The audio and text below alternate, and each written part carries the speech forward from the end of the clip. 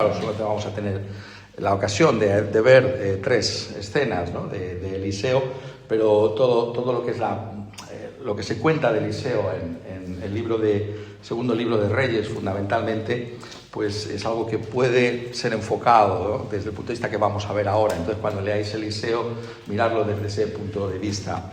Y entonces, lo que vamos a ver hoy es la permanencia de la palabra de Dios. Y esto lo vamos a ver a la luz del comienzo oficial, podríamos decir, del ministerio de Eliseo. Y con ese motivo, pues vamos a leer el capítulo 2 de Segunda de Reyes, el segundo libro de Reyes. Vamos a leer este capítulo 2 y, claro, tenemos que prestar atención a lo que aquí se nos dice. El segundo libro de los Reyes, vamos a ver el capítulo 2.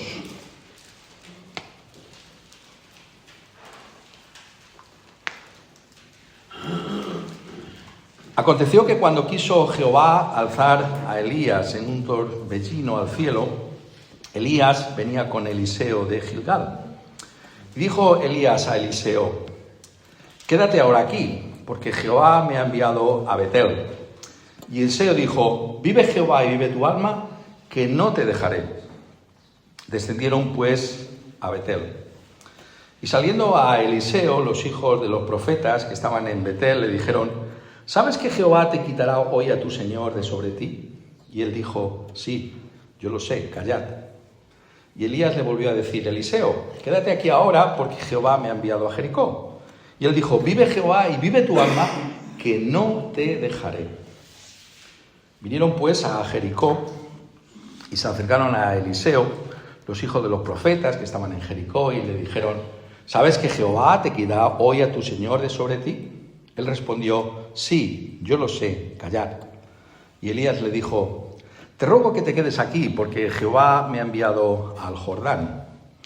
Y él dijo: vive Jehová y vive tu alma, que no te dejaré. Fueron pues ambos. Y vinieron 50 varones de los hijos de los profetas y se pararon delante a lo lejos. Y ellos dos se pararon junto al Jordán. Tomando entonces Elías su manto, lo dobló y golpeó las aguas, las cuales se apartaron a uno y a otro lado, y pasaron ambos por lo seco. Cuando habían pasado, Elías dijo a Eliseo: pide lo que quieras que haga por ti, antes que yo sea quitado de ti. Y dijo Eliseo: te ruego que una doble porción de tu espíritu sea sobre mí. Y él le dijo: cosa difícil has pedido. Si me vieres cuando fuere quitado de ti, te será hecho así, mas si no, no. Y aconteció que yendo ellos y hablando, he aquí un carro de fuego con caballos de fuego apartó a los dos. Y Elías subió al cielo en un torbellino. Viéndolo Eliseo clamaba: Padre mío, carro de Israel y su gente de a caballo. Y nunca más le vio. Y tomando sus vestidos los rompió en dos partes. Alzó luego el manto de Elías que se le había caído y volvió y se paró a la orilla del Jordán. Y tomando el manto de Elías que se le había caído, golpeó las aguas y dijo: ¿dónde está Jehová, el Dios de Elías? Y así que hubo golpeado del mismo modo las aguas, se apartaron a uno y a otro lado, y pasó Eliseo. Viéndole los hijos de los profetas que estaban en Jericó al otro lado, dijeron: el espíritu de Elías reposó sobre Eliseo. Y vinieron a recibirle y se postraron delante de él. Y dijeron: he aquí hay con tu siervo 50 varones fuertes, vayan ahora y busquen a tu señor, quizá lo ha levantado el espíritu de Jehová, y lo ha echado en algún monte o en algún valle. Y él les dijo: no enviéis. Mas ellos le importunaron hasta que, avergonzándose, dijo: enviad. Entonces ellos enviaron 50 hombres, los cuales lo buscaron 3 días, mas no lo hallaron. Y cuando volvieron a Eliseo, que se había quedado en Jericó, él les dijo: ¿no os dije yo que no fueseis? Y los hombres de la ciudad dijeron a Eliseo: he aquí el lugar en donde está colocada esta ciudad es bueno, como mi señor ve, mas las aguas son malas y la tierra es estéril. Entonces él dijo: traedme una vasija nueva y poned en ella sal. y se la trajeron.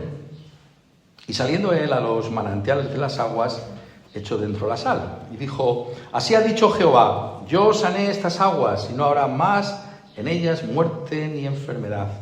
Y fueron sanas las aguas hasta hoy, conforme a la palabra que habló Eliseo. Después subió de allí a Betel, y subiendo por el camino salieron unos muchachos de la ciudad y se burlaban de él, diciendo: calvo, sube, calvo, sube. Y mirando él atrás, los vio y los maldijo en el nombre de Jehová. Y salieron 2 osos del monte y despedazaron de ellos a 42 muchachos. De allí fue al monte Carmelo y de allí volvió a Samaria. Y a diferencia de Eliseo, pues a diferencia de Elías, Eliseo no es un personaje tan conocido. Es verdad que muchos de nosotros quedamos siempre prendados en nuestra vida cristiana al comienzo de la misma porque leímos un libro que fue muy importante, que era la vida de Elías, por parte de A.W. Pink. Este es un libro que nos marcó. Pero a algunos de nosotros nos marcó en un sentido de que, nos gustó tanto el libro que estábamos deseando, éramos muy jóvenes creyentes, leer la siguiente parte, ¿no? Que era Eliseo, ¿no? Entonces buscábamos ansiosamente acerca de Eliseo, pero no había nada sobre Eliseo. Ha sido hasta hace muy pocos años que he podido conseguir Eliseo de parte de Pink, pero ese no es un libro hasta donde yo sé que esté traducido al castellano. Pero Elías es muy conocido y yo creo que todos nosotros podemos pensar en su confrontación en el Monte Carmelo con los profetas de Baal, y entonces estamos muy familiarizados con la persona de Elías. Pero no nos pasa lo mismo con Eliseo, y entonces tenemos muchas dudas y nos planteamos, este Eliseo, ¿qué representará exactamente?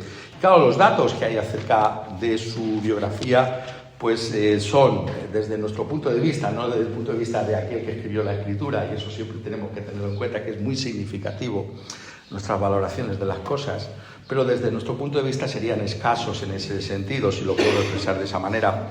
¿Qué sabemos de él? Bueno, pues sabemos que en el libro anterior, o por lo menos en esa parte del libro, pues luego se dividió este libro en 2 reyes, primeros reyes, segundos reyes, dice en el capítulo 19, partiendo él de allí, versículo 19, Elías halló a Eliseo, hijo de Safat, que araba con 12 yuntas delante de sí, y él tenía la última.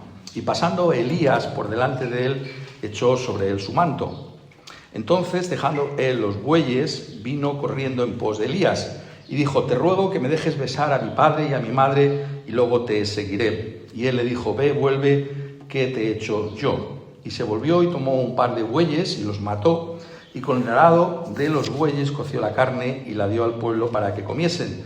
Después se levantó y fue tras Elías y le servía. Y esto es una acción que realiza Elías precisamente movido por el Señor, porque se le ha dicho en el capítulo 19 también, el versículo 16, a Jehú, hijo de Nimsi, ungirás por rey sobre Israel, y a Eliseo, hijo de Safat, de Abel Meola, ungirás para que sea profeta en tu lugar. Entonces vemos aquí lo que podríamos llamar la única sucesión profética que hay en toda la Escritura. Aquí específicamente se dice que hay una relación, notadlo, esto es muy importante, entre Elías y Eliseo, y es Dios mismo el que está señalando eso. Es un detalle importante para nosotros, pero bueno, sabemos que su padre era Safat y que él estaba arando con 12 yuntas de bueyes, y por lo dilatado del ministerio de Eliseo tenemos que concluir que era un hombre muy joven en ese momento, y un hombre que sería una familia pues bastante acomodada, ¿no? Porque quien puede dedicarse con 12 yuntas delante de él tendría un gran vigor también físico para poder hacerlo. Los datos que aquí se dan nos iluminan acerca de esa localidad también, que estaría en el valle del Jordán, que es donde se encontraba este sitio del que venía Eliseo, Abel Meola. Y entonces estos datos nos permiten situar al personaje y nos permiten situarlo, pues en ese siglo IX antes de Cristo, durante este periodo tan oscuro de la historia de Israel, como es el tiempo pues que va desde Acab, ¿no?, en adelante hasta el rey Joás, y que forma parte de esa oscuridad, ¿no?, después de la división de Salomón, ¿no?, después de Salomón, la división del reino. Por un lado Judá, Roboam, y por otro lado Jeroboam con Israel. Y hubo 19 reyes, ¿no?, en Israel durante un periodo de 210 años. Y todos ellos se caracterizan justamente por lo que estaba comentándoos hace un momento. Este es el trasfondo, ¿no?, de Eliseo y también de Elías en ese sentido. Y es que todos ellos son sincretistas, es decir, todos tienen una cierta espiritualidad, pero es una espiritualidad que está hecha a su imagen y semejanza, ¿no? Y todo comienza con lo de los becerros de Jeroboam, ¿no? Como hay este intento, ¿no?, de competir con el templo de Jerusalén, y como esa competición con el templo de Jerusalén pues le lleva a esa construcción de esos becerros que se colocan uno al norte, Dan, y otro en Betel, curiosamente. Y eso es importante, ¿no? La geografía va a ser muy importante a la hora de entender a Eliseo. Si no nos gustan las clases de geografía, pues a los autores de la Biblia sí que les encanta, ¿no? Y tenemos que estar un poco familiarizados, porque incluso la misma geografía comunica, ¿no?, bastante de la intención que tiene el autor y también el Espíritu Santo. Entonces nos lo está colocando en ese contexto, que es un contexto sincretista. ¿Por qué? Porque fijaros todo lo que hay, ¿no?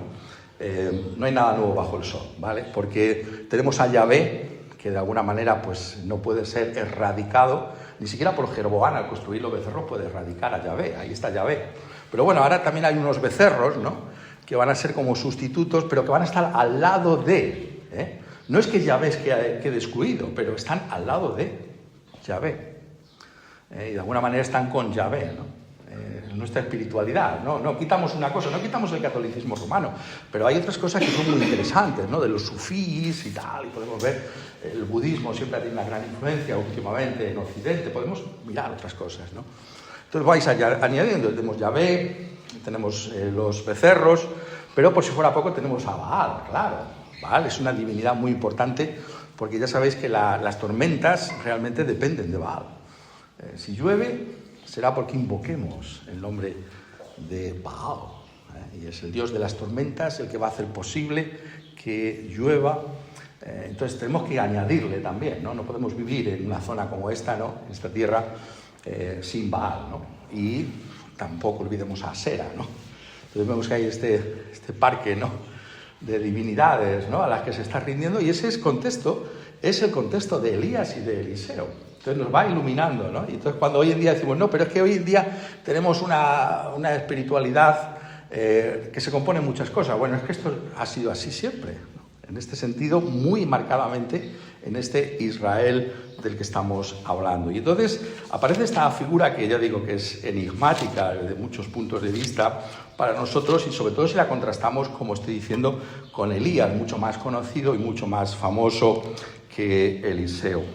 Pero esto que es así para nosotros, realmente no es así para la figura a la que tenemos que prestar más atención de todas siempre, que es nuestro Señor Jesucristo. Nuestro Señor Jesucristo sí que presta una atención muy particular, que la que vamos a notar en esta ocasión, acerca de la figura de Eliseo.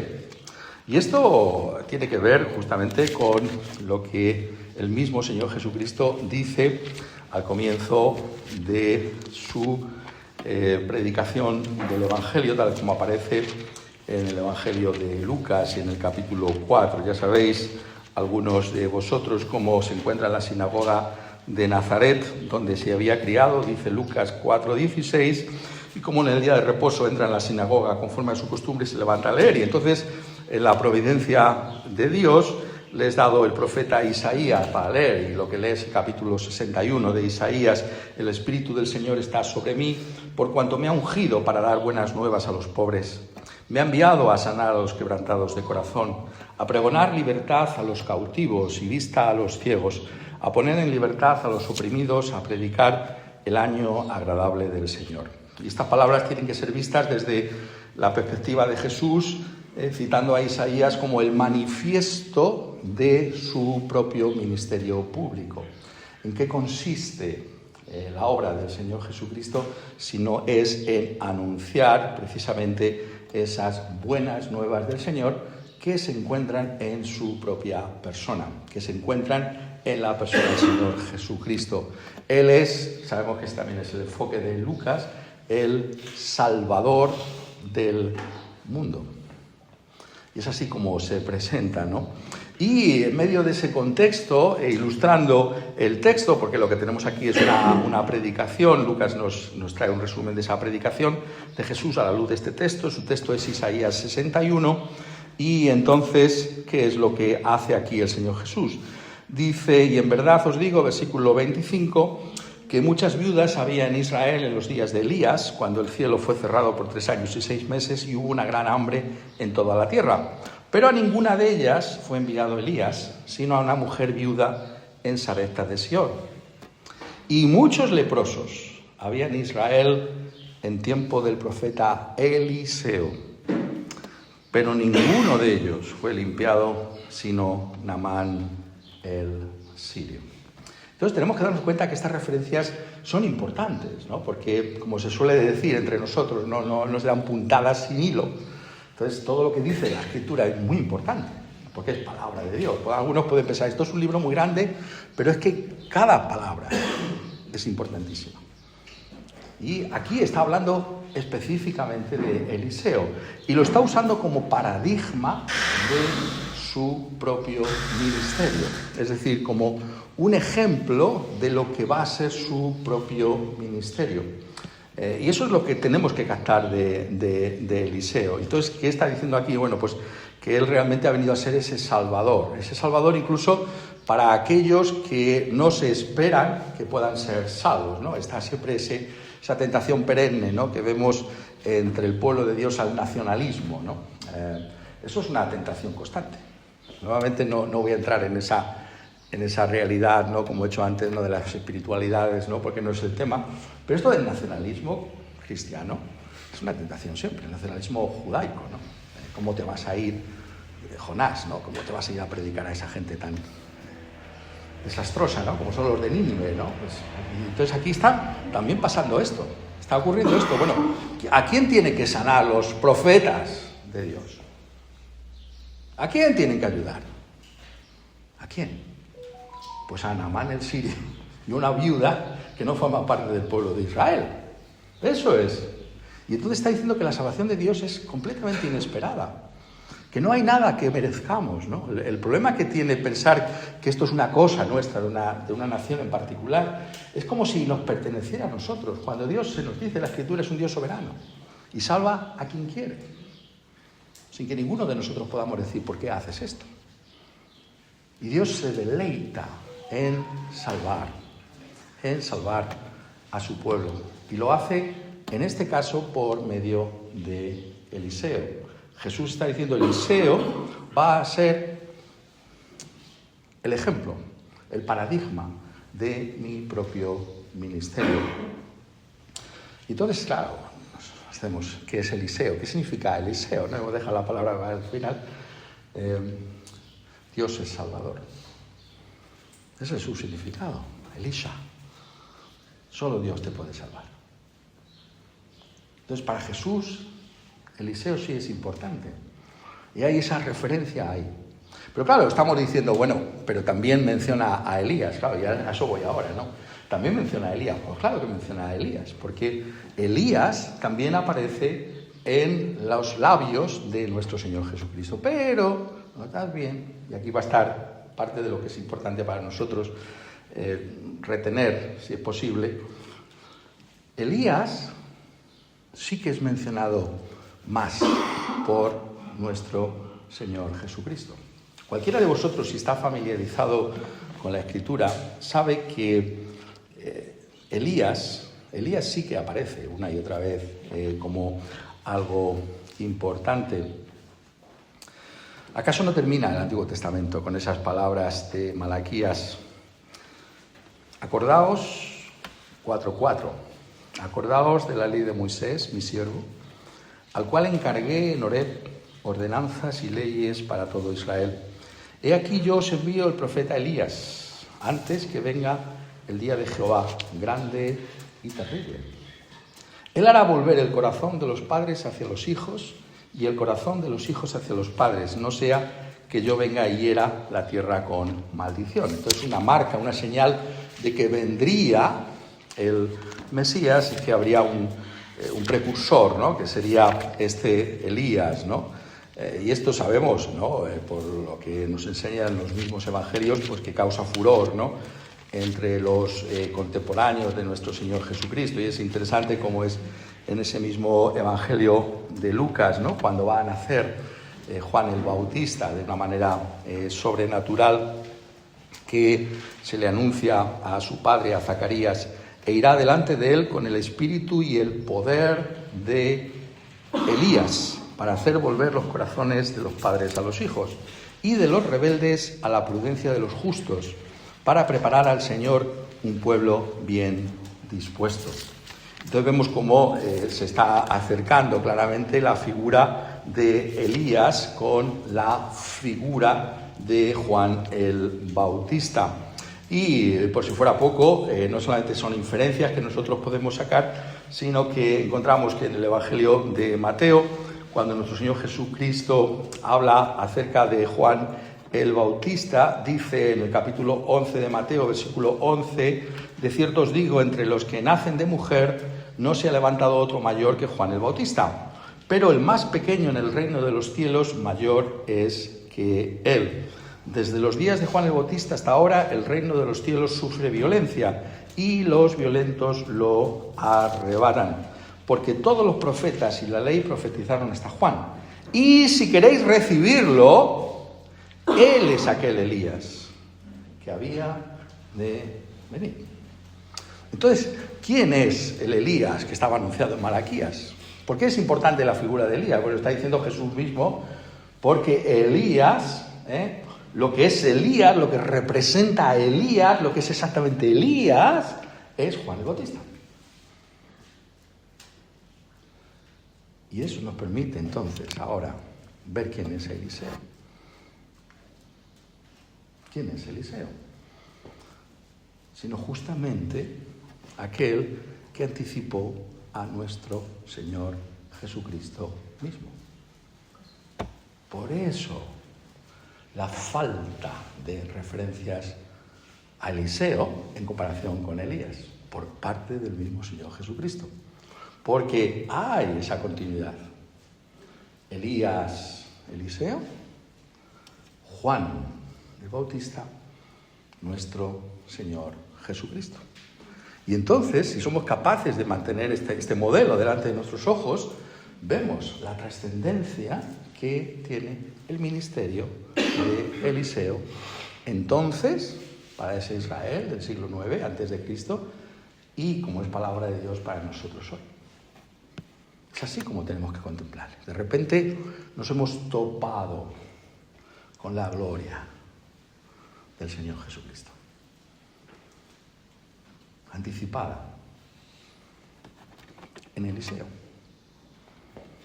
Y vemos a la luz precisamente de esa realidad de lo que es su ministerio, algo de esa luz que habría de venir en toda su plenitud y en toda su gloria, que es lo que hace tan atractivo al Señor Jesucristo a nuestros ojos.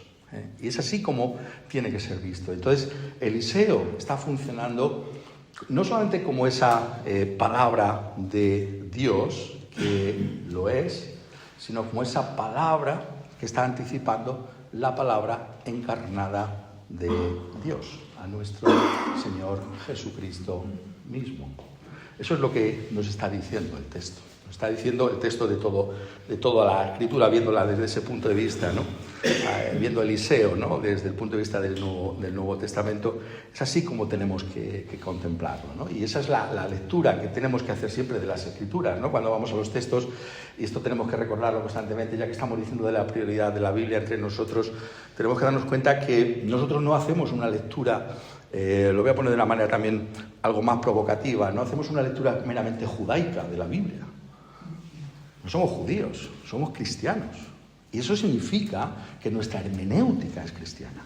Entonces no leemos el Antiguo aparte de todo, como si fuera en un vacío, ¿no? No, lo leemos ¿desde dónde? Desde donde el Señor Jesucristo mismo nos enseñó a hacerlo, viendo, como dice en el camino de Maús, viendo a Jesús en toda la Escritura.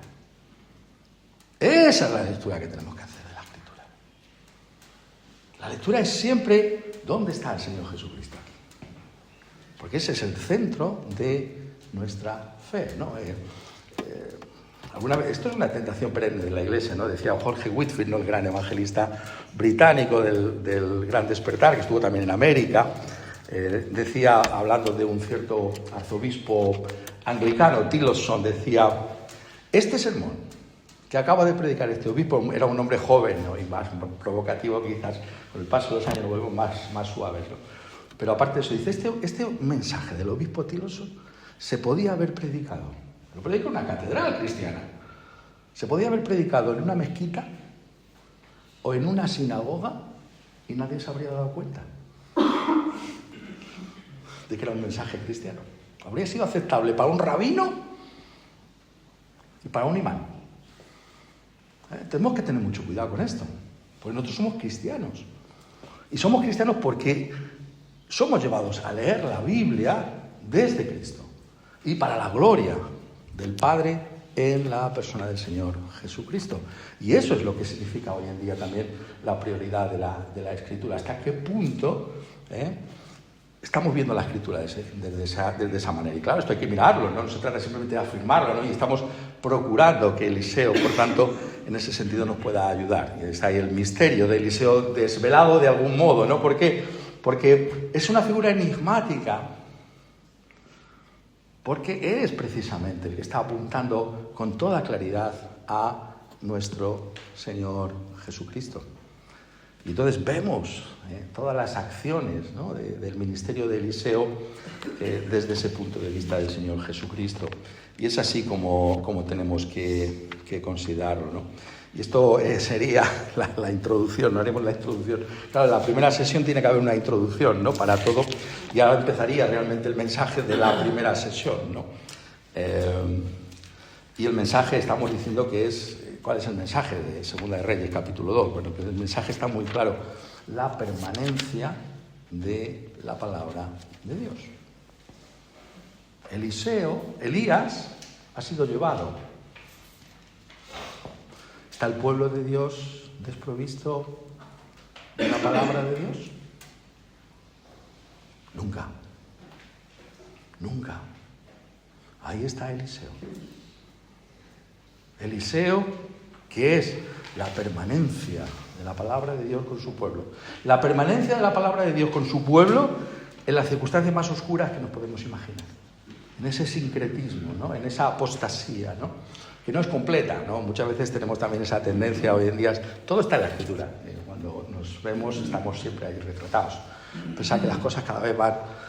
esto es peor, nunca se ha visto estos problemas que hay en las sociedades. Bueno, el mismo Elías decía, no, yo ya soy el único que ha quedado aquí. Ya no, que esto es fatal, ¿no? El mismo Elías. Y luego Juan, recordáis en la cárcel, eres tú... Es fuerte, pero estos somos nosotros. El problema es que siempre leemos la Biblia para otros, sobre todo para los que están fuera de la iglesia, claro. Pero para nosotros aplicarnos y decir, somos nosotros los pecadores, eso nos cuesta mucho más. Pero, ¿qué es lo que vemos? Vemos que realmente, esto tiene que ver con nosotros mismos, tiene que ver con la realidad de nosotros mismos. ¿Y qué realidad es esa? Bueno, pues que vemos que le dice el Señor, no, pero me he reservado 7.000, ¿no? Que no han doblado su rodilla ante Baal. Y eso parece increíble, ¿no? 7.000, pero ¿cómo va a haber tantos, ¿no? Es Israel, y luego incluso cuando lees los libros parece que Israel era una cosa perdida totalmente. Esto no, Judá sí, muy bueno, pero hijo de Israel. Y de repente te lees esta historia de Eliseo y no hacen más que constantemente hablarte de los hijos de los profetas. Además, lo que decía antes de la geografía, en los sitios más inverosímiles que te puedas imaginar. Y hay hijo de profeta, hay 50 hijos de profeta. Entonces, dice, pues es verdad lo que dice la palabra de Dios, si me permitís que lo diga así. Es verdad que Dios tiene un pueblo escogido, que tiene un remanente, que es salvo por gracia y que permanece. ¿Por qué permanece? Porque hay una permanencia, valga la redundancia, de la palabra de Dios. Dios permanece con su pueblo. Y esto tenemos que verlo con detalle, ¿no? Porque el texto, evidentemente, de Segunda de Reyes es un texto que entra en detalle. Entonces, ¿cómo permanece la palabra de Dios? Bueno, permanece, vamos a ver, 4 cosas, ¿no? Permanece de 4 maneras, ¿no? Permanece, en primer lugar, el poder de la palabra de Dios. ¿Qué permanece? permanece el poder de la palabra de Dios. ¿Cuál es el punto álgido de este pasaje? Versículo 14. ¿Dónde está Jehová, el Dios de Elías? ¿Dónde está Dios? Y así que hubo golpeado del mismo modo las aguas, se apartaron a uno y a otro lado y pasó Eliseo. El poder de Dios está con su palabra. Porque Eliseo, al igual que Elías, es la palabra de Dios, la palabra eficaz de Dios, la palabra salvadora de Dios, la palabra consoladora de Dios, la palabra que siempre puede hacernos bien cualesquiera que sean nuestras circunstancias. Y eso lo vemos ilustrado en el mismo comportamiento de Elías con respecto a Eliseo, ¿no? Ese detalle se nos puede pasar por alto, pero ¿por qué está este deseo? Lo he visto, ¿no? Y ahí está la geografía, ¿no? Bueno, se va moviendo de un sitio para otro, ¿no? Por toda la geografía de Palestina y va diciendo, bueno, el Señor me ha enviado, quédate aquí, me ha enviado a Betel y va recorriendo estos lugares. ¿Y qué es lo que caracteriza? Elías le dice, quédate. Y él dice, no, yo me aferro a ti. No sé lo que va a pasar. Sí sé lo que va a pasar. No sé las circunstancias de cómo va a pasar esto, pero yo me aferro a ti. No te dejaré, vive Jehová, vive tu alma, que no te dejaré. Y eso es significativo en la Escritura, porque es esta repetición en un estribillo, ¿no? ¿Qué conversación es esta, no? Lo único que le importa a Eliseo es permanecer al lado de Elías, de aferrarse a esa palabra. ¿Por qué? Porque es la palabra de poder de Dios. Es la única esperanza de Israel. ¿Acaso no es lo que aparece también en ese versículo 12? Viéndolo Eliseo clamaba, Padre mío, cuando ascendía al cielo, carro de Israel y su gente de a caballo. Curiosamente la palabra es que al final el rey Joás, ¿no? El último rey bajo el que estuvo Eliseo, está en el capítulo 13 de Segundo Reyes, también se lo dice a Eliseo, ¿no? Las mismas palabras. También la permanencia de la palabra de Dios. ¿Por qué? Porque es una palabra de poder. Nuestro poder, hermanos y amigos, está en la palabra de Dios. Está en esa permanencia de esa palabra de Dios con nosotros. Está en aferrarnos a esa palabra como si nos fuera la vida en lo mismo. En esa actitud que tiene Eliseo hacia Elías, de permanecer a su lado, de no dejar a Elías. Y esa realidad, ¿no? que aparece aquí es una realidad que se ilustra por ese precisamente realidad de buscar estar siempre con Elías hasta el último momento. Yo no te voy a abandonar bajo ningún concepto. Y hay ese detalle tan curioso, ¿no? Cuando le dice Elías, le dijo a Eliseo, pide lo que quieras que haga por ti antes que yo sea quitado después de esta insistencia de pedir, ¿no? Es a la luz de esa permanencia, de ese aferrarse a Elías. Claro, esto estaba anunciado por la Escritura anteriormente, que hay es algo tan inusual, ¿no? ¿Qué puedo yo hacer por ti? ¿Qué puede acontecer que yo pueda hacer antes de que yo sea quitado de ti? Y le dice, te ruego que una doble porción de tu espíritu sea sobre mí. ¿Y esto qué puede significar, no? Es algo atrevido, ¿no? No dice solo tu espíritu, que ya sería esto bastante, ¿no? El espíritu de Elías, pero una doble porción. Y claro, esto es lo que la Escritura, que tenemos que conocer bien la Escritura, ¿no? Pasaje que parece que no tiene nada que ver con todo esto, ¿no? En la ley de Moisés, Deuteronomio 21:15, si un hombre tuviere dos mujeres, la una amada y la otra aborrecida, y la amada y la aborrecida le hubieran dado hijos, y el hijo primogénito fuere de aborrecida, en el día que hiciere heredar a sus hijos lo que tuviere, no podrá dar el derecho de primogenitura al hijo de la amada, con preferencia al hijo de la aborrecida, que es el primogénito. Mas al hijo de la aborrecida reconocerá como primogénito para darle el doble de lo que correspondiere a cada uno de los demás, porque él es el principio de su vigor y suyo es el derecho de la primogenitura. Está indicando aquí algo también que nos está apuntando a aquel del que se nos dice que tiene ¿qué? El espíritu sin medida. ¿Y ese quién es? Sino el Señor Jesús. Otros tienen del espíritu, pero Él da el espíritu, bautiza con el Espíritu Santo. Yo con agua, pero Él da el Espíritu Santo. Esa es la gloria de nuestro Señor Jesucristo. Todo lo que necesitamos, a todo lo que podamos apelar, podemos acudir al Señor Jesucristo y encontrar en Él todo lo que es necesario. Eso es lo que se está aquí ilustrando con los términos de aquella dispensación antes de la venida del Señor Jesucristo a este mundo. Y entonces encontramos cómo Elías es tomado, ¿no? Y cómo cae ese manto que se le había caído, y tomando el manto, dice en el versículo 14, de Elías que se le había caído, golpeó las aguas y dijo: ¿dónde está Jehová, el Dios de Elías? Y así que hubo golpeado del mismo modo las aguas, se apartaron a uno y al otro lado, y pasó Eliseo. Y entonces vemos que esto es lo que acababa de hacer hace un momento Elías, ¿no? Se había abierto el Jordán en este recorrido, en esta excursión geográfica, ¿no? por la tierra de Israel.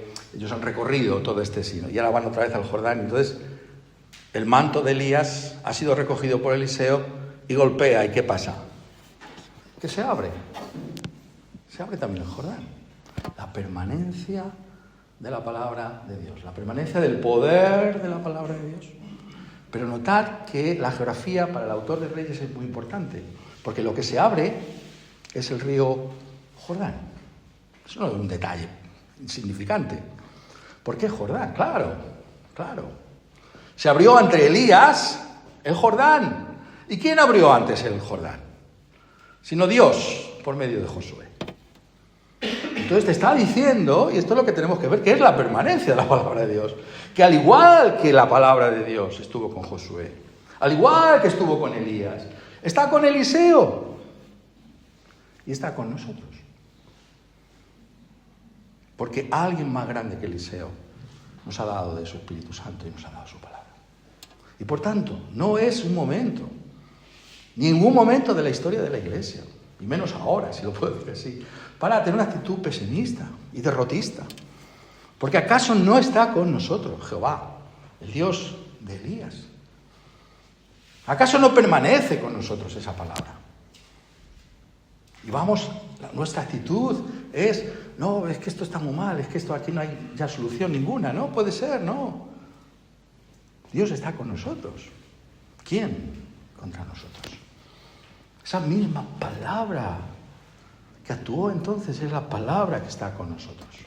Entonces está diciendo que no debemos simplemente mirar al pasado con la nostalgia de aquello que dice esto es imposible que se vuelva a repetir, o mirar a los personajes del pasado como si esos fueran grandes personajes y hoy en día no pudiéramos experimentar esas mismas cosas. Elías fue grande, pero ¿y Eliseo? Las grandes obras de Dios en el pasado, pero hoy, ¿acaso no es la más, si lo puedo decir, más pequeña de las conversiones, una gran obra de Dios? Y nos sigue Dios salvando un remanente, incluso en nuestros días, por gracia, en medio de esto. ¿Acaso no sigue sosteniéndonos el Señor hoy también por medio de su propia palabra? La palabra permanece, el poder de la palabra. Pero en segundo lugar, permanece la sabiduría de la palabra de Dios. La sabiduría de la palabra de Dios. Así somos, ¿no? Mira, el versículo 15 dicen: viéndole los hijos de los profetas que estaban en Jericó, al otro lado, dijeron: el espíritu de Elías reposó sobre Eliseo. Y vinieron a recibirle y se postraron delante de él. Muy bien. Y dijeron: estos somos nosotros, los contradictorios que somos, incluso los cristianos. Hasta los hijos de los profetas son contradictorios. Y dijeron: he aquí que tus siervos, hay 50 varones fuertes. Vayan ahora y busquen a tu señor, a Elías. Quizá lo ha levantado el espíritu de Jehová y lo ha echado en algún monte, en algún valle. Y él les dijo: no enviéis. Acabo de decir que... Y a buscar a... ¿Es esto? Pero bueno, no enviéis. Mas ellos, así somos, le importunaron, hasta que avergonzándose, dijo: enviad. Entonces ellos enviaron 50 hombres, los cuales lo buscaron 3 días, mas no lo hallaron. Y cuando volvieron a Eliseo, que se había quedado en Jericó, él les dijo: ¿no os dije yo que no fueseis? ¿Qué significa esta escena? ¿Por qué está esta escena aquí? Claro, esto es importante en la Escritura. Porque aquí se ve, no solamente hemos visto anteriormente el poder de Eliseo, que hace lo mismo que Elías, abre el Jordán. Aquí vemos la sabiduría de Eliseo. ¿En qué sentido? Bueno, la sabiduría realmente, a la luz de la Escritura, es la capacidad de discernir los momentos en los que estamos viviendo. La sabiduría no es conocimiento bíblico. Ojalá tengamos más conocimiento bíblico, no lo digo en plan antítesis, ¿vale? La sabiduría es la capacidad de aplicar lo que sabemos de la Escritura a nuestras propias circunstancias. Y ahí somos deficientes, como esos hijos de los profetas. Porque resulta que ha desaparecido Elías y ellos reconocen a Eliseo como el espíritu de Elías y, sin embargo, vamos a buscarlo. Porque se lo habrá levantado y lo habrá echado por otro sitio. Que, claro, Dios puede hacer estas cosas. Estará por algún sitio. Pero ¿qué es exactamente la falta de sabiduría de esos hijos de los profetas? Lo que estamos viendo aquí es que son incapaces de reconocer los días en los que están viviendo. Porque ahora son los días de Eliseo. Elías ha quedado atrás. Ahora es Eliseo. ¿Y eso qué significa? Que tenemos que vivir a la luz de toda la revelación de la palabra de Dios. Cuando muchas veces queremos, sacarle, ¿no? Por ilustrar de alguna manera, sacarle a la Escritura lo que no hay, entonces caemos en esa falta de sabiduría, ¿no? Cuando muchas veces decimos: no, pero es que Israel, ¿no? Por ejemplo, esto es muy claro, Israel, el pueblo de Israel. Pero el pueblo de Israel ahora, tenemos que ver todo esto a la luz de Cristo. No hay un lugar de decir, esto es... No, esto es desde Cristo ahora. Es una nación que tendrá que arrepentirse de sus pecados. Y tendrá que creer en Cristo, como cualquier otra nación de la tierra, si ha de ser salva. No son medio cristianos. Hace falta la sabiduría de la palabra de Dios para ver el tiempo en el que vivimos. Vivimos en los tiempos en los que Jesús ha ascendido y ha enviado el Espíritu Santo. Y eso significa que vemos las cosas desde Cristo, con toda la revelación de la palabra. Y esta forma es una aplicación que hago de esa sabiduría, pero lo podemos mirar y examinarnos nosotros mismos. ¿Discernimos los tiempos en los que vivimos? ¿O simplemente nos estamos dejando llevar por la corriente de este mundo? ¿Cómo piensa este mundo? Esto es muy fácil, no nos damos cuenta de ello. Por eso necesitamos aferrarnos a la palabra de Dios constantemente y ver todo desde la Escritura, para no pensar o actuar como aquellos que no saben nada de la Biblia, o aquellos, todavía peor, que van a querer usar la Biblia para sus propios intereses. Y al hacerlo, nos llevan a nosotros con ellos. Eso es lo que tenemos que darnos cuenta. Ya no es Elías, es Eliseo. ¿Cómo puedes decir que el Espíritu del Señor reposa ahora aquí y ya no? Hay que buscarlo porque estará por ahí. No, es que no puede ser, es que se lo han llevado, es que esto es otra dispensación. Es que ahora estamos en los tiempos del Mesías, de Jesús, del Salvador. Y el Evangelio es para judío y para griego. En los mismos términos. No hay nadie que esté más cerca de la salvación que otros. Al contrario, estamos viendo más bien que fue el pueblo al que tenía que haber respondido el primero, el que más se opuso. Porque en ese manifiesto de Jesús, ¿qué es lo que vemos? Cuando dice lo de Elías y Eliseo, ¿qué? Quisieron despeñarlo. Y es verdad, allí en Nazaret, si ha visto alguno, ese abismo que hay, ese tremendo, la ciudad está construida y hay un abismo. Se ve cómo lo intentaron tirar. ¿Pero por qué lo intentaron tirar? Porque ofendía. No sois más que los gentiles. Tampoco menos, pero no más que los gentiles. Necesitamos el discernimiento de la palabra de Dios. Necesitamos, Señor, danos sabiduría para ver las cosas desde la Escritura, para entender las cosas desde la Escritura. Eliseo lo tenía claro. La palabra de Dios siempre va a ser clara para nosotros, pero tenemos que buscar esa palabra. Ahora viene otro detalle que tenemos que notar, porque esto está aquí porque es muy interesante. Si alguno tiene falta de sabiduría, búsquela, dice el hermano de Jesús, ¿no? Santiago. Pero sigue el texto, no se queda ahí. Mas ellos, los hijos de los profetas, le importunaron. Hasta que, avergonzándose, Eliseo dijo: enviad. Entonces ellos enviaron 50 hombres, los cuales lo buscaron 3 días, mas no lo hallaron. Y cuando volvieron a Eliseo, que se había quedado en Jericó, él le dijo: ¿acaso no os dije yo que no fueseis? ¿Y qué es esto, no? Acabo de citaros, ¿no?, el comienzo de la epístola del hermano de Jesús, de Santiago. A uno tiene falta de sabiduría, que la busque de parte del Señor, y es evidentemente a la luz de la Escritura. Pero también en esa misma epístola dice, capítulo 3, versículo 17 y 18, pero la sabiduría que es de lo alto es primeramente pura, después pacífica, amable, benigna, llena de misericordia y de buenos frutos, sin incertidumbre ni hipocresía. Y el fruto de justicia se siembra en paz para aquellos que hacen la paz. Eliseo no es de esos que dice: yo tengo que, como soy evangélico, como soy cristiano, tengo que ganar el argumento sí o sí. No. Bueno, pues a buscar. ¿Por qué? Porque la sabiduría es pacífica. La sabiduría de Dios es amable y benigna. Que lo vean ellos por sí mismos. Muchas veces pensamos: no, es que la gente, es que no aceptan esto. Si lo tiene que dar Dios. Porque tú no lo ves, porque se lo dé el Señor. Yo lo único que puedo hacer contigo, hermano, es ser lo más amable que pueda. Y me falta amabilidad. La paz, preservar la paz, la armonía en las iglesias, en las congregaciones, aunque tengamos puntos de vista distintos. Esa es la sabiduría de Dios. Porque no todo es igualmente importante. La Trinidad no tiene la misma importancia que cualquier otra doctrina. El camino de la salvación.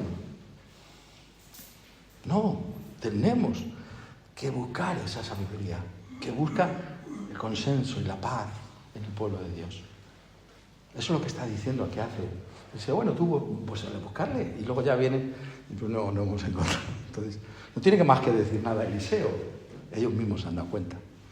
Entonces, es ese espíritu que dice aquí el hermano del Señor el que gana más a las personas que la contención, que el ser contenciosos. Tenemos que ser conocidos, no solamente en nuestras iglesias, sino en este mundo, por una humildad y una amabilidad tal, que la gente diga: yo no conozco gente igual que esta. Porque este mundo es un mundo de polarización, es un mundo de enfrentamiento. Pero esa gente es un lugar, un remanso de paz y de tranquilidad, que da gusto estar con esta gente.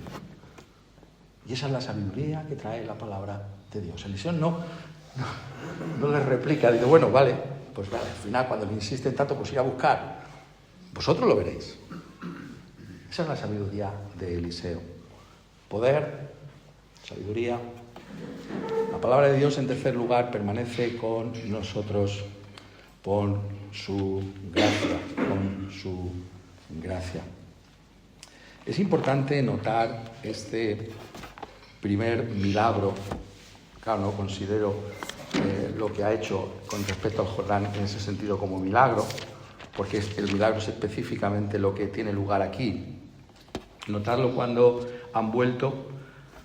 Le dicen, versículo 19, y los hombres de la ciudad dijeron a Eliseo, he aquí el lugar en donde está colocada esta ciudad es bueno, como mi señor ve, mas las aguas son malas y la tierra es estéril. Entonces él dijo, traedme una vasija nueva y poned en ella sal. Y se la trajeron. Y saliendo él a los manantiales de las aguas, echó dentro la sal y dijo, así ha dicho Jehová, yo sané estas aguas y no habrá más en ellas muerte ni enfermedad. Y fueron sanas las aguas hasta hoy, conforme a la palabra que habló Eliseo. ¿Por qué es importante ver esto, este milagro? Es importante verlo porque este primer milagro de Eliseo es un milagro de gracia. Y lo vemos a la luz de Elías. ¿Recordáis cuál fue el primer milagro de Elías? La sequía, el juicio sobre un pueblo apóstata, claro, Acab, Jezabel, la sequía. No habrá agua, nada más que por mi palabra. Y eso sabemos que está en el Antiguo Testamento. Ahí no está inventando nada Elías, es que son las maldiciones, ¿no?, de haber roto el pacto de Moisés. Eso es lo que es. Pero Eliseo es un milagro de gracia, ¿no? O sea, me recuerda esa palabra de Pablo, ¿no? A lo mejor la tenía en su mente, ¿no? Sea vuestra palabra siempre sazonada con sal, con gracia, ¿no? Estaría eso en la mente de Eliseo, pero es un milagro de gracia. Nuevamente llamo vuestra atención sobre la geografía, porque ¿qué sitio es este? ¿Qué sitio es este? Este es un sitio que Jericó,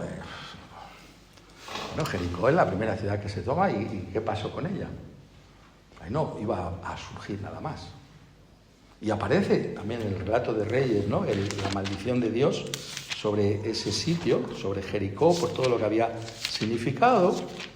Y por eso os digo que es muy importante que le prestemos atención a estos detalles geográficos, porque son importantísimos. ¿Por qué? Porque se nos dice que después, capítulo 16, versículo 34, en su tiempo, y él, de Betel, reedificó a Jericó. A precio de la vida de Abiram, su primogénito, echó el cimiento, y a precio de la vida de Segub, su hijo menor, puso sus puertas, conforme a la palabra que Jehová había hablado por Josué, hijo de Nun. Entonces hay un juicio, le cuesta la vida a aquellos que reconstruyen, pero de repente, esta es la sorpresa de la gracia de Dios, que hay allí hijos de profetas habitando en ese sitio. Esto no debería ser, porque este sitio está... No, pues sí, Dios tiene 7.000 que no han inclinado su rodilla. Tiene hasta en ese sitio. Que ahí nos parece imposible que haya hijos de... Pues si hay hijos de profetas, ¿por qué? Porque la salvación depende de la gracia de Dios. Y Dios se deleita en salvar a aquellos que el mundo rechaza. Y que son casos imposibles. Y Dios tiene pueblo en los sitios más imposibles de pensar. ¿Cuántos nos vienen y no debemos dejarlo ni siquiera grabado? Y han estado en sitios oscuros de la tierra. Y nos dicen, hasta en esos sitios hay iglesia. Pensadlo. No es que allí en ese sitio no puede haber una iglesia, la hay. Hoy en día hay iglesia. En esos lugares que tú y yo estamos pensando. Hay pueblo de Dios. ¿Por qué? Porque la salvación es por la gracia. Y la gracia de Dios aparece como esa novedad en la que Eliseo interviene a favor de esos habitantes de un lugar como Jericó, para que puedan encontrarse en ese lugar y puedan continuar viviendo. Las aguas son malas, la tierra es estéril. Y Eliseo interviene, traerme una vasija nueva y poner en ella sal, ¿no? Sal que puede ser el símbolo del juicio, pero que aquí en las manos de la palabra de Dios es un símbolo de misericordia, de la gracia de Dios para con su pueblo. Y notad la reiteración. Así ha dicho Jehová, yo sané estas aguas y no habrá más en ellas muerte ni enfermedad. Así ha dicho Jehová. Es la autoridad de la palabra de Dios la que efectúa la salvación y por eso tiene lugar. Nuestra confianza está en el Dios que salva, porque quiere salvar. Y dice, sé salvo y serás salvo. No solamente que decimos, cree, el Señor Jesucristo salva, no, si es el pueblo de Dios, creerá. Yo decía, un llamamiento eficaz de Dios y vendrá a la fe en Cristo Jesús. Pero notad, y fueron, versículo 22, sanas las aguas hasta hoy, conforme a la palabra que habló Eliseo.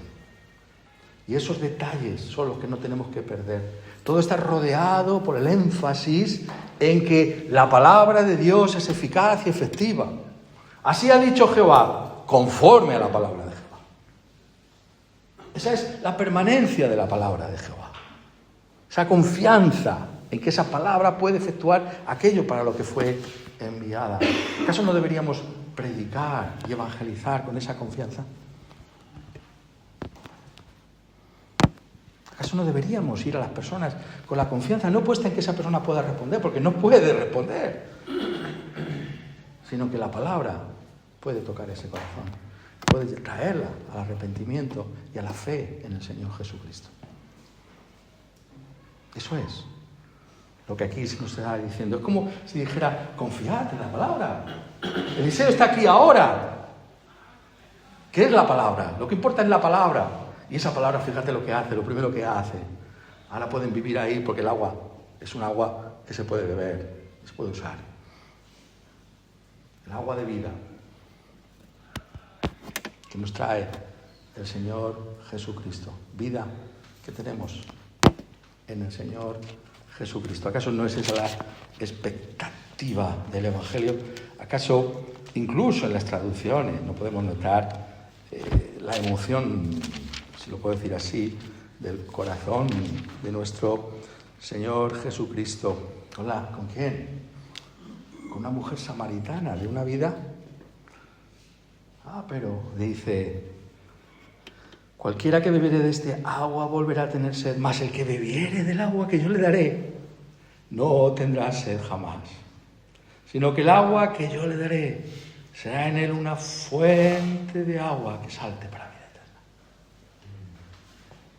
El corazón de Cristo que late por la gloria y la salvación de las personas tan solo por beber.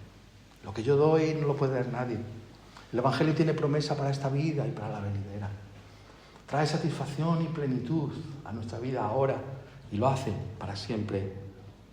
Y la mujer le dice, Señor, dame de ese agua para que no tenga yo sed. ¿Quieres tú, has bebido tú de ese agua? ¿Te has saciado con el agua de vida que Cristo ofrece gratuitamente a cualquiera?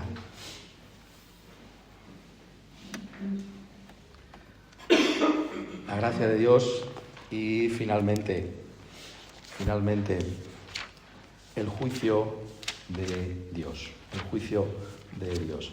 Esta es la parte seguramente del pasaje más complicada, ¿no? de explicar, sobre todo en el contexto, ¿no? Esto se considera hoy políticamente incorrecto, ¿no? Este tipo de cosas, pero es muy importante también porque dice, después subió de allí a Betel, versículo 23, y subiendo por el camino salieron unos muchachos de la ciudad y se burlaban de él diciendo, calvo sube, y mirándolo él atrás los vio y los maldijo en el nombre de Jehová. Y salieron 2 osos del monte y despedazaron de ellos a 42 muchachos. De allí fue al monte Carmelo y de allí volvió a Samaria. Y esto es también la permanencia de la palabra de Dios. Claro, en unos tiempos en los que todo vale, pues también nuestra tentación es apartar este tipo de pasajes. Pero la palabra de Dios tiene también una palabra de juicio. Una palabra de juicio que tiene que ser entendida en ese momento y también entendida a la luz del Nuevo Testamento. Y eso tiene bastante desarrollo. A la luz de ese momento, nuevamente, la geografía. ¿De dónde salen estos? Salen de Betel. Claro, Betel. Claro, antes os hablaba yo de todos estos reyes, ¿no? Si miráis, esto es muy interesante, estudiarlo. A mí por lo menos esto me fascina, ¿no? Ver cada uno de estos reyes, estudiar detenidamente con estos reyes. Todos estos reyes hay una variación. Por ejemplo, Acab, con Jezabel, es que esto es lo más bajo que se puede caer. Pero no todos van así. Hay unas variaciones entre ellos. en estos 19 reyes que he mencionado. Y hay profetas, ¿no? Está Oseas, está Amós, está Eliseo, Elías. Tiene toda esta palabra que nunca deja de permanecer, incluso en un mundo como ese. Y no se esconden. Eliseo está en la corte, con el rey. Está ahí, la palabra está ahí. Con gracia y con juicio. Y entonces vemos, ¿por qué os digo esto de los reyes? Porque vemos que todos ellos son malvados, a diferencia de Judá, y ya sabéis esto, ¿no? Que algunos sí son piadosos, y unos son más malos, y otros menos malos, pero lo podemos decir así, al de lo que dice la Escritura. Pero hay una cosa común entre todos ellos, que nunca ninguno de ellos abandona los becerros. Esto de Betel se quedó como el ADN de Israel. Algunos quitan, miradlo, Jehú es un personaje fascinante, el rey Jehú. Te machaca a todos los profetas de Baal. Dice, este va a ser. Y luego, el becerro no permanece. No es bueno. El becerro está ahí. Y Betel era un centro de idolatría del becerro. Betel. Y claro, salen estos jóvenes, ¿no? Y notad los términos, ¿no? Con los que salen, ¿no? Se burlan de él diciendo calvo sube. ¿Qué es esto de calvo sube? Esto se referiría al aspecto físico de Eliseo, pero el subir es una referencia a lo que le ha pasado a Elías. Esa es la palabra, por lo menos en el hebreo es la misma palabra, ¿vale? Asciende, también tú, es una burla. La gran obra de Dios que ha tomado a Elías en los labios como una burla. Ha resucitado de los muertos. Esa es la realidad del corazón humano, la realidad de nuestro corazón. Esa idolatría que hay en nosotros, hasta el punto de burlarnos de la palabra y de los grandes hechos de Dios. Y lo que hace Eliseo es anunciar la realidad de que la palabra de Dios es seria, que permanece la palabra de Dios también como juicio. Porque esto está en la ley de Moisés. Dice en Levítico 26, 21 y 22, si anduvierais conmigo en oposición y no me quisierais oír, yo añadiré sobre vosotros 7 veces más plagas según vuestros pecados. Enviaré también contra vosotros bestias fieras que os arrebaten vuestros hijos y destruyan vuestro ganado, y os reduzcan en número y vuestros caminos sean desiertos. Es la ley de Moisés. La ley de Moisés que es interpretada por los profetas de Israel para con el pueblo de Israel. Y eso es lo que encontramos en Oseas, profeta Oseas, en el capítulo 13, cuando Efraín hablaba, hubo temor. Fue exaltado en Israel, mas pecó en Baal y murió.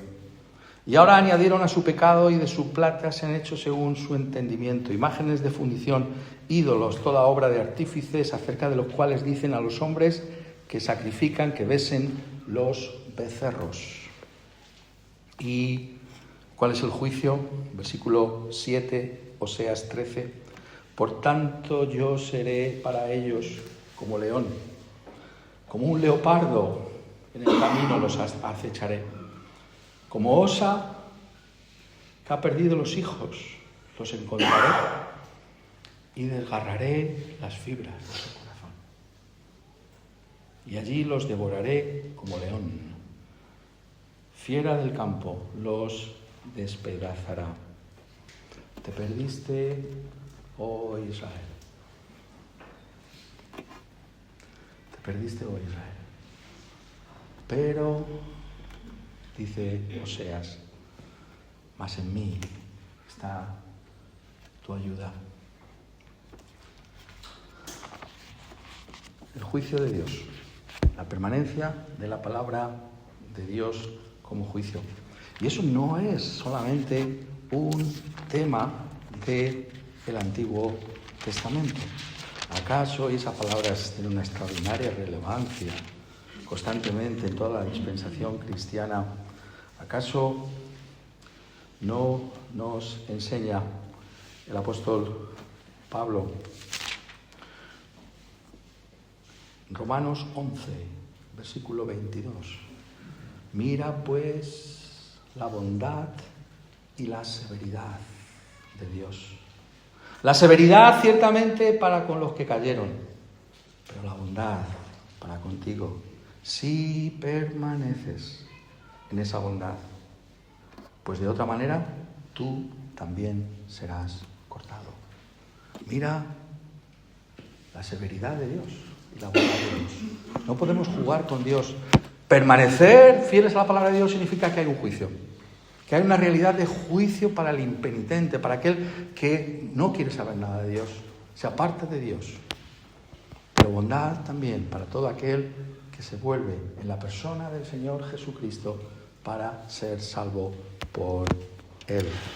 Incluso en una realidad como esta, podemos anticipar lo que significa precisamente teniendo en cuenta todas las referencias que se nos traen a Eliseo y también aquel que es más grande que Eliseo, que es nuestro Señor Jesucristo. Lo que quiero decir en primer lugar es esto, que a la luz del Nuevo Testamento, lo que tenemos que ver es que ese juicio que tiene lugar en esa dispensación es un juicio que para aquellos que estaban en Betel y salieron a burlarse de Eliseo, es un juicio inminente, tuvo lugar allí mismo, ¿no? Pasó. Pero a la luz del Nuevo Testamento, la enseñanza del Nuevo Testamento, sabemos que ese juicio es un juicio que ha quedado postergado hasta el final, hasta el juicio final, no sabremos eso. Sabemos que en la providencia de Dios pasan cosas, pero no las podemos interpretar completamente. A diferencia de lo que podía ocurrir con ese pasaje que sí que es interpretado para nosotros. Entonces, la lectura que hacemos ahora de ese pasaje es una lectura que podríamos llamar escatológica. Es decir, está hablando del futuro. Está hablando de la realidad de si vivimos de contra Dios hasta el final. No podemos esperar más que el juicio, porque la palabra permanece, la palabra no cambia. La palabra no deja de ser. ¿Por qué? Porque Dios es santo. Pero esa palabra es una palabra que tenemos que plantearnos también cómo la diría Eliseo. Claro, aquí está lo que implica estudiar la Escritura o mirar toda la Escritura, ¿no? Yo os animo a que leáis todas las demás. Lo decía anoche con alguien, yo no me acuerdo con quién, ¿no? Leer todo esto, ¿no? Después, a la luz de lo que estamos diciendo ahora, ¿no? Tenemos que leer todos los pasajes después. Cuando parte de lo que Elías le iba encomendado de Dios, pero que al final lo hizo porque era el propósito de Dios que lo hiciera Eliseo, dice en 2 de Reyes 8:12, entonces le dijo a Hazael, ¿por qué llora mi señor? ¿Por qué lloras, Eliseo? Y él respondió, porque sé el mal que harás a los hijos de Israel. A sus fortalezas pegarás fuego, a sus jóvenes matarás a espada, y estrellarás a sus niños, y abrirás el vientre a sus mujeres que estén encintas.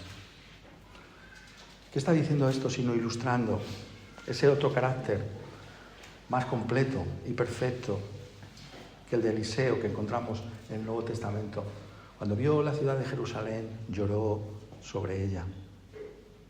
Ese juicio del que aquí se habla no es un juicio que pueda ser emitido sin lágrimas en los ojos, sin mostrar compasión y misericordia por aquellos que están en esa situación. Ese es el corazón del Señor Jesús. Hay un juicio, sí, pero aquellos que desciendan impenitentes a la condenación final tendrán que hacerlo empapados con nuestras lágrimas.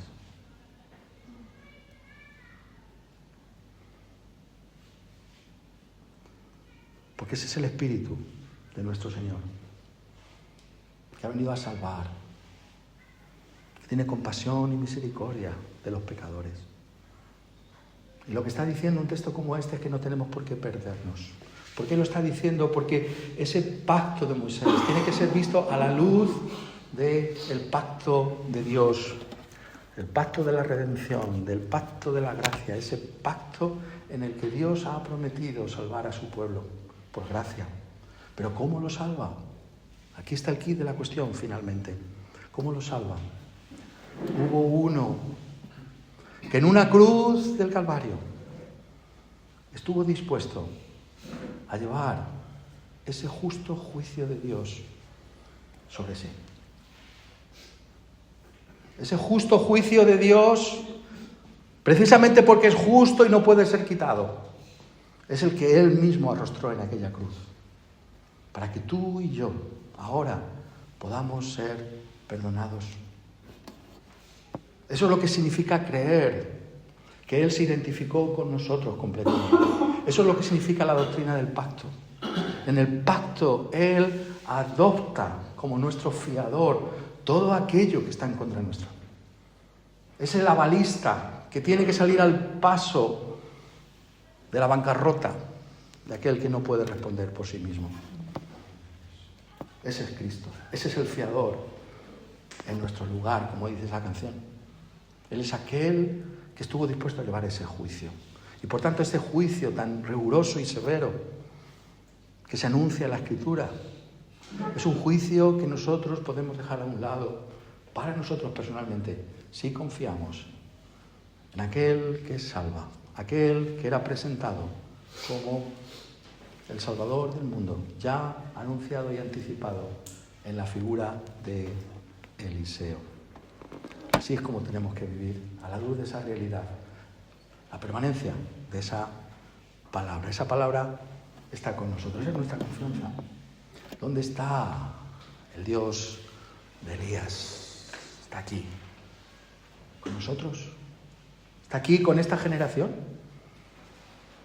Está con todos y cada uno de nosotros cuando nos aferramos a esa palabra, como aquello que puede traer salvación también en nuestra época, para muchos, conforme al plan de Dios. Pues quiera Él que esa palabra pueda permanecer de ese modo en medio nuestro.